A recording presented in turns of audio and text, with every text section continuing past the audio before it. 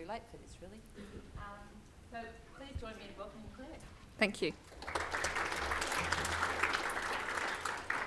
Thank you very much, and thank you for the invitation to speak today. It's very rare that I'm fortunate enough to be on a panel with an emeritus professor, and I think to think that people would know me equally as well as they know Kwong is probably taking some liberties, but I'm delighted to be a part of the panel and a part of today's discussion. I sometimes find in talks and discussions, and again, Sally and I were talking in the lunch break, some members of the higher education sector coming from a university background have a deep understanding of private higher education providers. Probably, though, a few of you don't, and if you think it's about, the one or two probably vocationally oriented institutions, maybe a hairdressing school in Nunawading, I'm here to dispel those myths for you. So I wanted to talk today about the diversity of the private higher education sector and the key role that quality as well as compliance and I do think they're two different concepts play in private higher education. Oh, hold on. Right. I'm not sure why. Sorry, I think it's how it's been loaded, but we'll just plough on with the backdrop to it. This lady's going to come and assist me. Thank you. Yes, please. Oh, there we go. Terrific, there you go, that looks a bit cleaner. So I wanted to talk a little bit first of all about ACPET, the council, who we are and our role in the higher education sector, to describe some of the characteristics of private higher education providers, to share with you some research that we're just releasing today, that ACR, the Australian Council of Education Research, have done for us, analysing student numbers and also where they are studying within private higher education institutions and contrasting that to enrolment and study patterns across the broader higher education sector, to talk a little bit about diversity and quality, compliance, and I know that we have one of the TEXA commissioners here today, but to talk about TEXA's approach to regulating HEPs, higher education providers, and then finally a little bit of the work that ACPET does in relation to quality in the private sector. So, who are we? We are the National Industry Association for Private Tertiary Education Providers, so that's both VET and higher education. We have approximately 1,000 member institutions, half of whom have CRICOS approval to deliver to international students. About 100 odd are English language colleges. About 800 are VET providers, RTOs, mostly with quite highly specialised industry links, and 107 higher education providers. And yes, I do realise that totals more than 100. A number of them are, as you'll see as we go through, dual sector or in fact operate across the three. So within our higher education providers, there are higher education only institutions, dual sector institutions, the private universities and the private arms of the public universities. So what does that mean and what does it look like? You would be familiar with, and I'm sorry I haven't checked who's registered, but University College of London delivering postgraduate qualifications in Australia through the UCL School of Energy and Resources in Adelaide. Carnegie Mellon's operations here in Australia are part of ACPET's membership. Navitas, Think Education, now part of the Laureate Group, are ACPET members. So those are some of the big names and institutions, Notre Dame University another. Others that you probably won't have heard of. The Jazz Music Institute based in Queensland, delivering a highly specialised Bachelor of Music in Jazz. The chair of the ACPET board heads up JMC Academy, delivering degrees in the creative arts and creative technology, 3D animation, game design, film and television. sound production. And you'll see as we go through some of the data that often it's those creative industries where a number of very specialised higher education providers are. So what's our purpose? What do I get out of bed for in the morning? Our role is to enhance quality, choice, innovation and diversity across the Australian education and training sector, and to work as proactively and cooperatively as we can with government, education and training providers, industry and community organisations. Texas National Register of Higher Education lists over 1,000 accredited courses and 172 providers. Of those, there's 40 Australian universities. Oh, Ian's looking a bit like I might have got these stats wrong. I'm assured they're right, Ian. Yes, he's nodding. That's quite good. The Texas Commissioner thinks we've got the data right. That's very reassuring. 2 overseas universities, 1 specialised university, and I understand there was some discussion this morning about the University of Divinity, and 129, here's a tag for you, other HEPs. Other higher education providers, not so glamorous, comprising both private providers and those TAFEs who are approved to deliver degrees. Of the 129, 73 are dual sectors, 23 operate across multiple jurisdictions, different states, predominantly Queensland, New South Wales and Melbourne, and 23 have a religious or theological focus. Some are quite hard to classify on the public-private spectrum. For example, Monash College is an ACPET member, and yet it's owned entirely by Monash University. So what is public and what is private is an ongoing and a live debate. Characteristics of private higher education providers. It might surprise you to know that 43% offer courses at postgraduate level. 8% offer research degrees. Only 1/3 have help loans. So 2/3 have students who are paying their own way, predominantly through those courses that they are studying.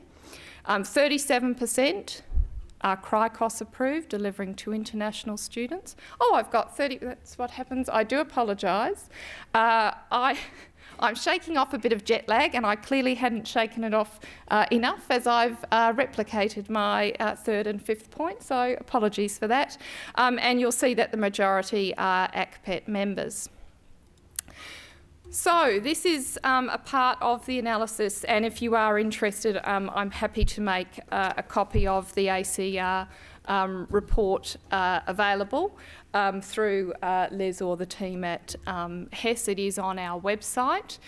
We asked ACR to help us understand what the impact of uncapped places in the public university system through the Commonwealth supported places, what has that meant? It's quite difficult to get data. The Commonwealth data collections cover both domestic and international students. So this has been teased out. These are domestic undergraduate students. And clearly, no surprises, Table A institutions have the majority of commences and enrolments. What may surprise you is that in the 4 years since 2009, post-Bradley, when it was announced that CSP places would be uncapped, while there's been 21%, nearly 22% growth in commencements in domestic undergraduate students in the public university system, there has been a very healthy 11% increase in domestic undergraduate enrolments in the private higher education system. And while TAFE shows overwhelmingly the largest increase, that's coming off an extremely low base. So even as it's become much easier for undergraduate students to have a HECS-funded place at a public university, there's a strong cohort who choose not to take up a university place, a government subsidised place, but to study instead with a private provider. And in terms of all enrolments, there's been a 22% increase in domestic undergraduate enrolments across that period in private providers, as there's been a 14.6% increase in Table A institutions. So that's a bit counterintuitive to what motivates student choice, and obviously it's very prestigious to study with a university. I have, we all have. What is it that drives students who are increasingly being offered the opportunity to have a HECS place at one of their local universities to instead choose to spend more money, perhaps take out their own loan if they're not studying with a fee help approved provider, and study with a private higher education provider. Well, it might also interest you to know that there is quite a difference in terms of, see that all right? What kind of undergraduate place students are taking up in private providers and to a lesser extent TAFEs relative to those studying with a Table A or Table B institution. So in total, almost 36% of all undergraduate commences in 2012, this data is for, in private providers were enrolled in non-bachelor degree undergraduate qualifications, including higher education accredited associate degrees, advanced diplomas and diplomas. These aren't VET diplomas. These are higher education accredited diplomas. By contrast, in the university sector, that's less than 4%. So it's quite different, the courses that students are choosing. Educational pathways for those students vary. Private providers are more likely to admit students on an other basis rather than an ATAR, by folder, by interview, by aptitude or by special admission, and typically our students tend to be older. And where are they studying? Now I've blown this up, so I've had to chop a chart in two and stretch it so that you could see it. The staff member who helped me put this together and sent it to me on Friday hadn't quite appreciated that most people may have gone blind trying to read the chart when it was all crammed onto the one. So you can see in this first part of the chart that there are noticeable differences in terms of where students are choosing to enrol. The creative arts, and I talked about some of those areas of specialisation, are a very strong discipline for students enrolling in private providers. Similarly, society and culture, and I was surprised there's very little enrolment in the TAFE sector there. And management and commerce is also very strong across both TAFEs and private providers. This is in terms of share of enrolments across institutions. Health, very interesting, Table B providers. And engineering, a very strong area of enrolment growth for those students in the TAFE sector. And the natural and physical sciences is all about the Table A institutions. So you can see that the kinds of courses that students are enrolled in is quite different. And just to recap, creative arts take up 1/3 of enrolments in private higher education providers as a share, 25% society and culture, and 23% management and commerce. It's fair to say that public awareness of the private higher education sector is steadily growing. They are seen as an important and growing part of the higher education sector. Even the Prime Minister, one of his daughters, studies with an ACPET member, again in that more creative, design-oriented sphere. That's probably the first time we've ever been able to claim that kudos or credit. And we would argue that they clearly facilitate diversity in the higher education sector. Pathways are quite easy for those studying with dual sector providers. They offer a degree of choice in terms of the courses that are available. And there's quite a new emerging sphere in terms of dual sector and collaborative programs, which is an emerging area of interest. So how are they diverse? Type and size. Some are quite small, Others are very large. Mission and purpose, their programs, their courses, the type of students that enrol, and again, whether they have access to the fee help loans or not. And I thought I'd give you an insight into just one that might challenge a bit of your thinking. I don't know how many of you are familiar with the Indian provider, Jain, highly recognised for its MBA program right across the world. Forbes magazine has just rated its global MBA #1 in Australia. Students enrol in a 4-year MBA program, and it is a truly international cohort. They all study their first year in Dubai. They do their second year in Singapore and their last 2 years in Sydney. And they have an explicit work as well as study focus. So they are clear that the purpose of their global MBA is to give students experience and understanding of how business works in a Middle Eastern context, in an Asian context, and in a Western context.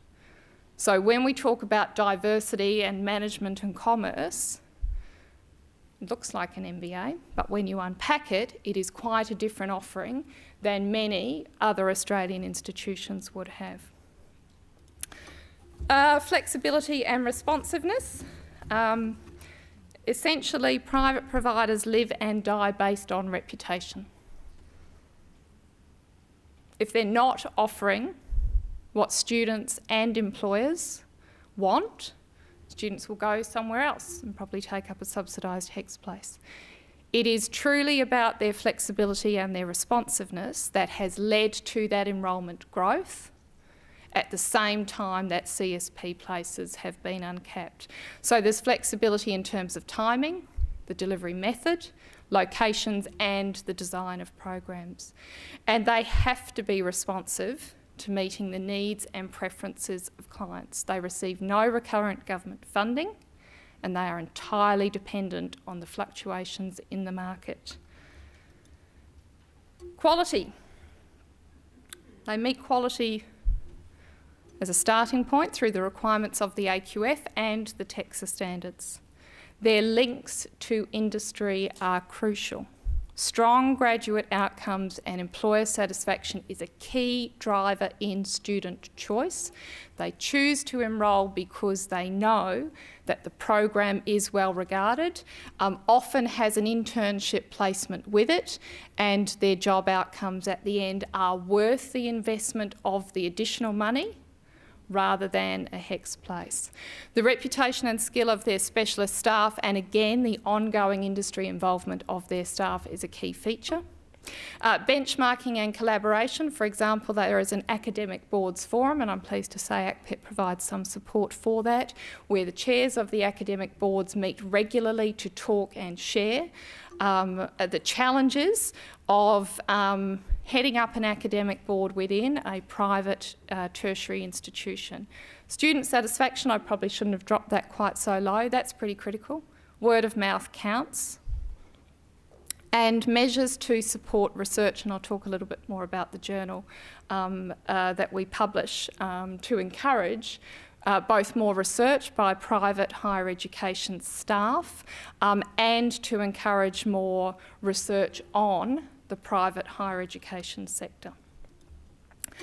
The regulatory forces, and you will note this comes from, it doesn't have the beautiful diagram and picture that Kwong and Valerie's report does, but I thought it was very interesting that in their report, their review, and I won't steal Kwong's thunder, he's here to talk about that, but that they had looked at what the regulatory forces were on the university sector and on other higher education providers. And obviously there is a lot of similarity, but there are quite a number of differences. So universities feel quite rightly regulated within an inch of their lives. We're also very heavily regulated, not just by TEXA, not just by the frameworks that exist within the education sector, but a range of other regulatory bodies, some of which apply to universities and others which don't. Tex's approach, again, there were some, and again drawing from Kwong's report, but also from our engagement with our members. You know, the challenges of TEXA are not just felt by the university sector as they adjust to having TEXA as the national regulator. For private higher education providers, unlike many in the university sector, we were uniformly positive, keen to embrace TEXA as a national regulator. Prior to that, we'd had every single state and territory regulate us against national protocols, and every state and territory did things quite differently. Some did very well, others were quite more challenging for providers to engage with. So having a single national regulator was seen as a real step forward by private higher education providers, and there is no doubt that it has been. The focus of the case managers, their approach, while it's probably not all that different from the way in which private higher education providers used to engage with the state government regulators, they would often know the regulator and be able to talk with them because the number of institutions they were regulating were quite small. For those who are dual sector providers, the challenges between the staffing and approach and resources of the national vet regulator ASQA and the staffing and resources and case management approach that TEXA has been able to put in place are poles apart. And it has been the case manager approach that has been very highly regarded by private higher education providers. But similar to the challenges that the university sector has faced, with TEXA being in its start-up phase, the time and the cost in meeting the regulatory requirements has been a challenge. You may not think this is true, but from the private higher education provider's perspective, there still remains a university-centric approach in terms of, probably to be fair to TEXA, not necessarily them, but some of the legislation.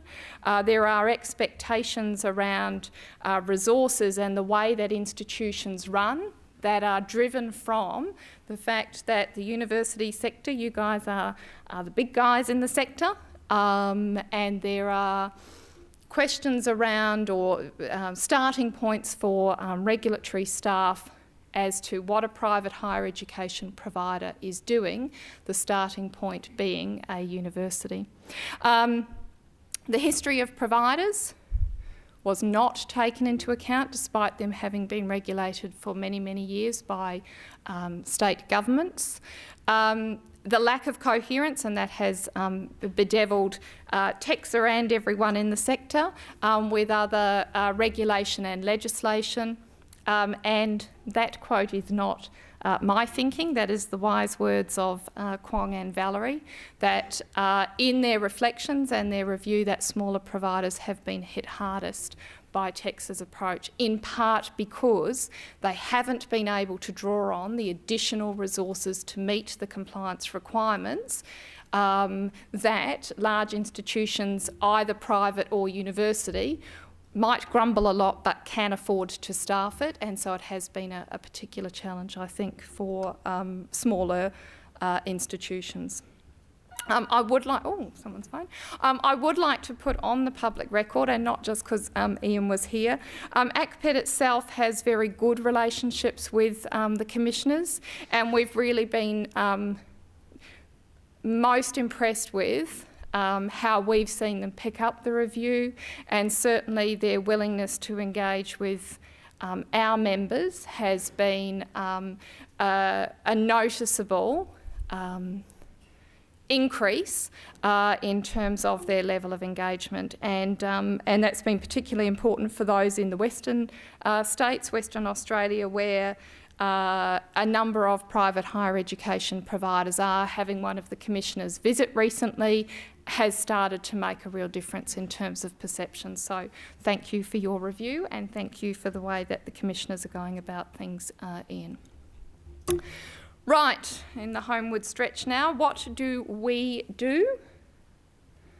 You may be somewhat cynical about private providers, particularly if you are Melbourne-based and you lived through the horror of international education dodgy colleges in the mid to late 2000s. Very, very disappointingly, many of them had the ACPET logo on their doors when they closed.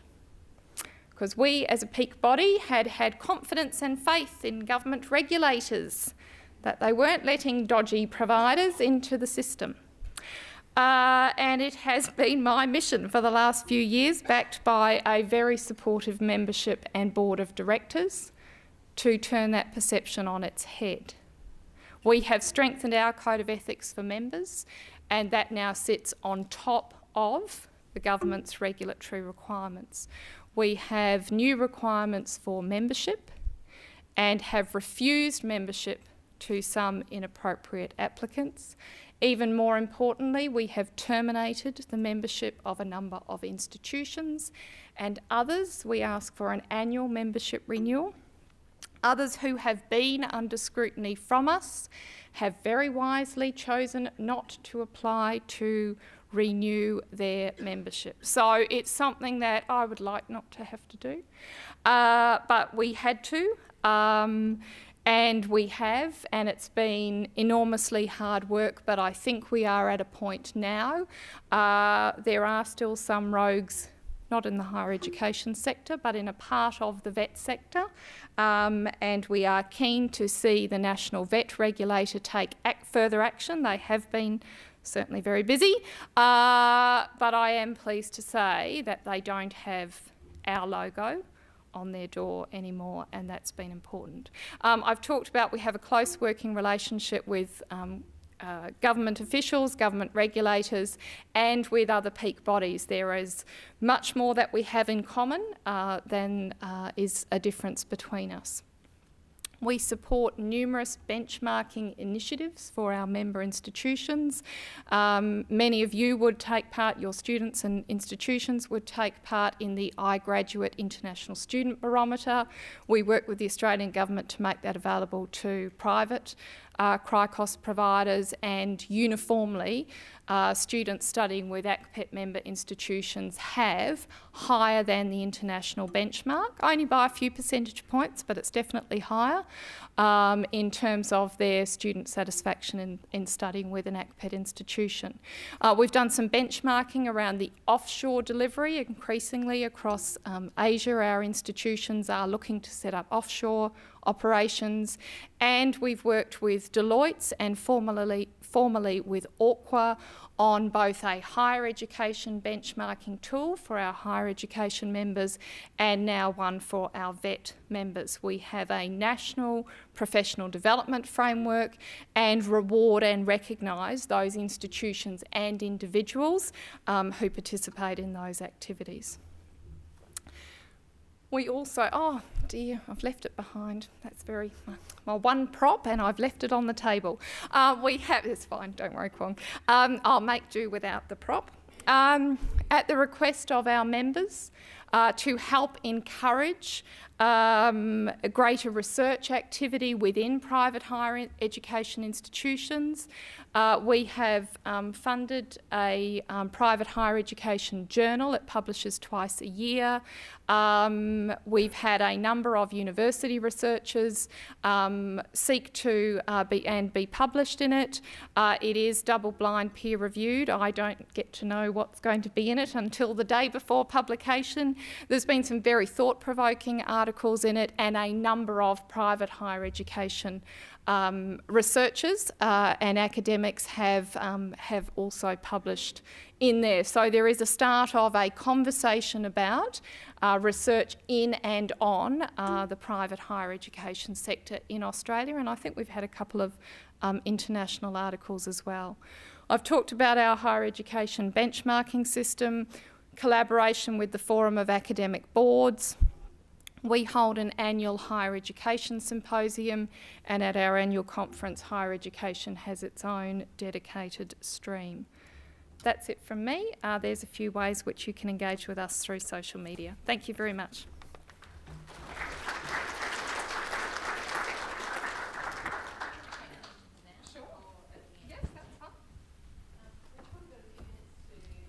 Some questions now, if people would like to. If you could identify who you are, where you're from, that would help. I've stunned them into silence, Sally. You have.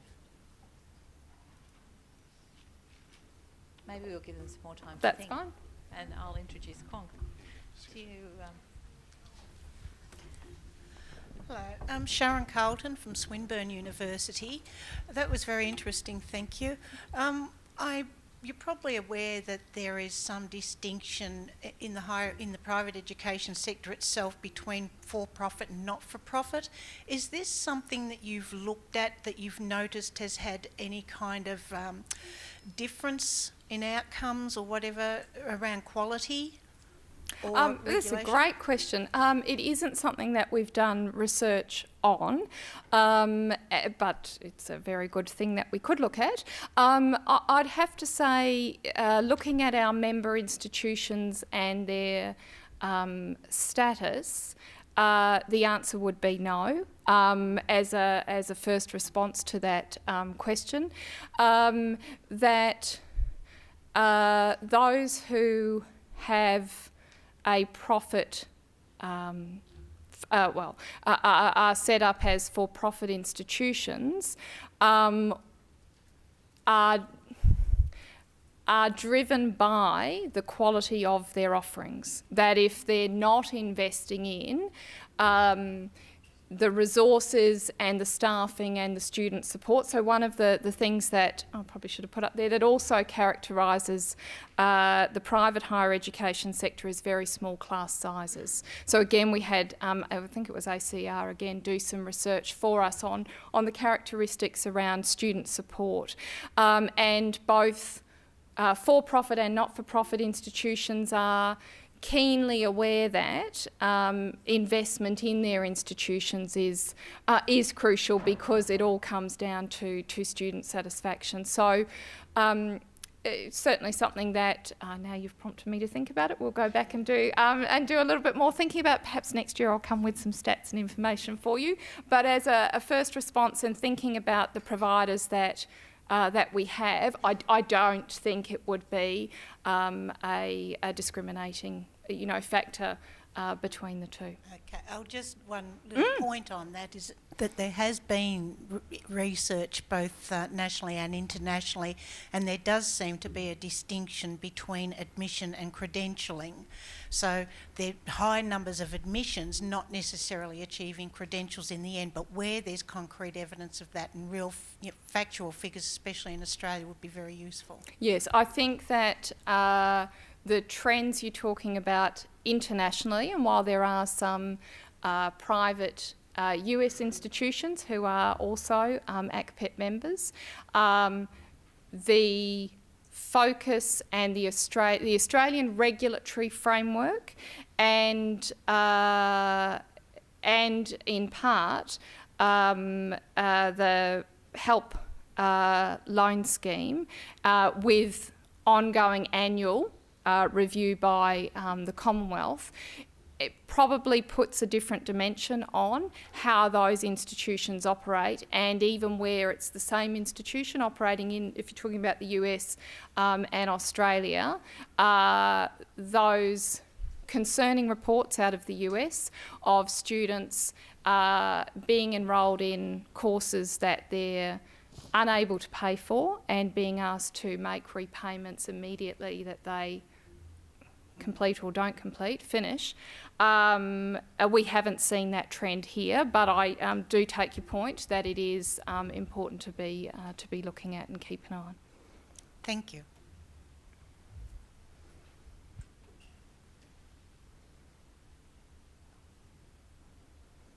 All right, well, I've got a bit of research to do and look forward to sharing that with you at a later point in time. Thank you.